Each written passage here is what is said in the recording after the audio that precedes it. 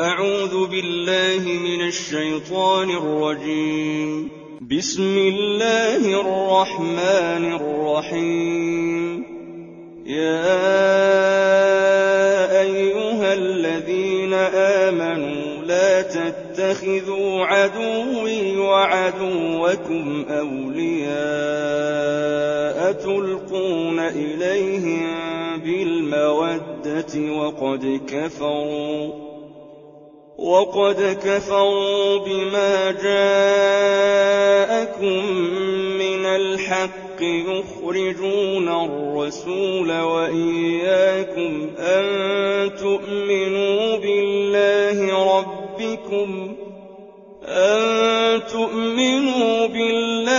ربكم إن كنتم خرجتم جهادا في سبيلي وابتغاء مرضاتي تسرون إليهم بالمودة وأنا أعلم بما أخفيتم وما أعلنتم ومن يفعله منكم فقد ضل سواء السبيل. إن يثقفوكم يكونوا لكم أعداء ويبسطوا إليكم أيديهم وألسنتهم بالسوء وودوا لو تكفرون. لن تنفعكم أرحامكم ولا أولادكم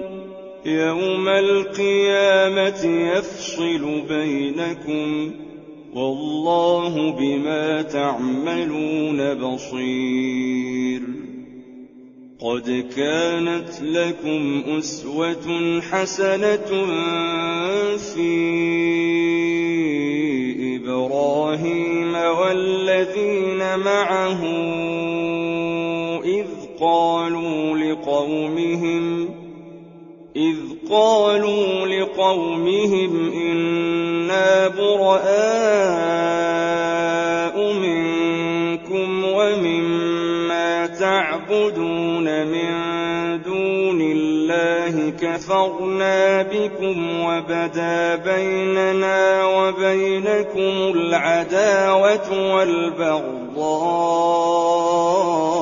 أبدا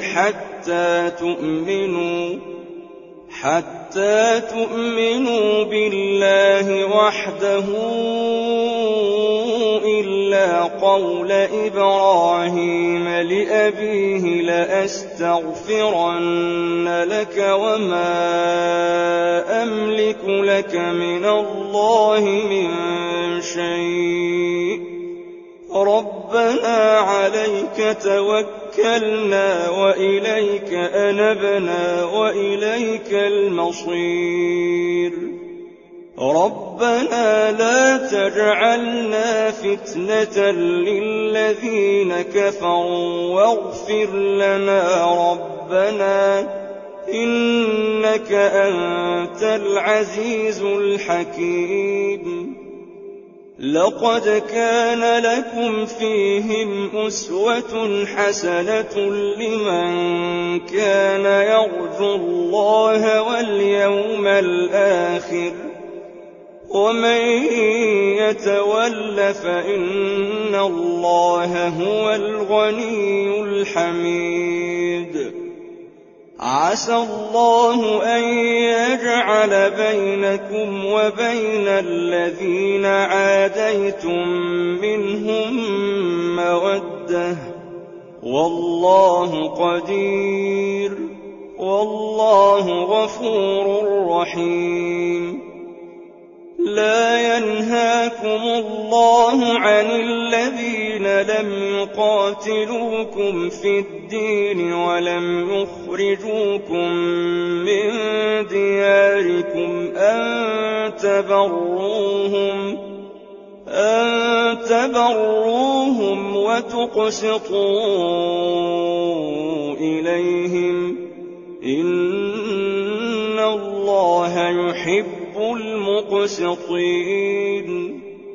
إنما ينهاكم الله عن الذين قاتلوكم في الدين وأخرجوكم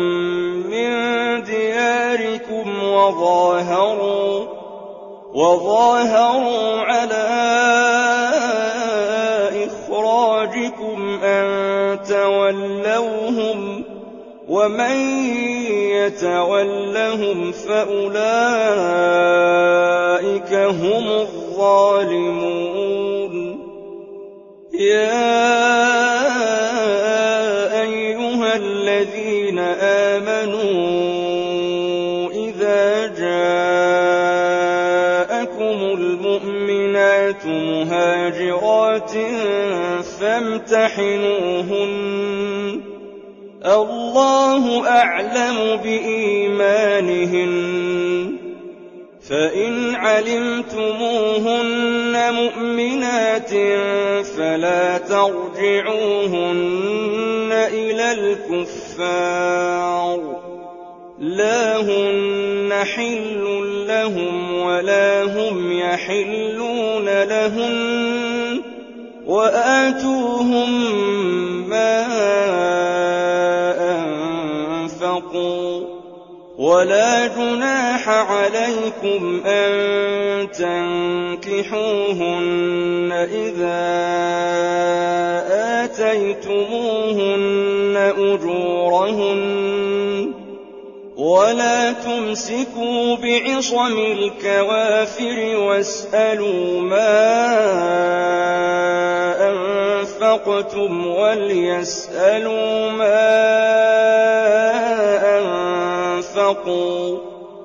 ذلكم حكم الله يحكم بينكم والله عليم حكيم وإن فاتكم شيء من أزواجكم إلى الكفار فعاقبتم فآتوا الذين ذهبت أزواجهم مثل ما أنفقوا واتقوا الله الذي أنتم به مؤمنون يا أيها النبي إذا جاءك المؤمنات يبايعنك على أن لا يشركن بالله شيئا ولا يسرقن ولا يزنين ولا يقتلن أولادهن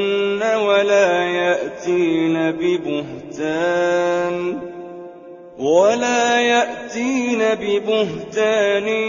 يفترينه بين أيديهن وأرجلهن ولا يعصينك في معروف فبايعهن واستغفر لهن الله إن الله غفور رحيم يا أيها الذين آمنوا لا تتولوا قوما غضب الله عليهم قد يئسوا من الآخرة كما يئس الكفار من أصحاب القبور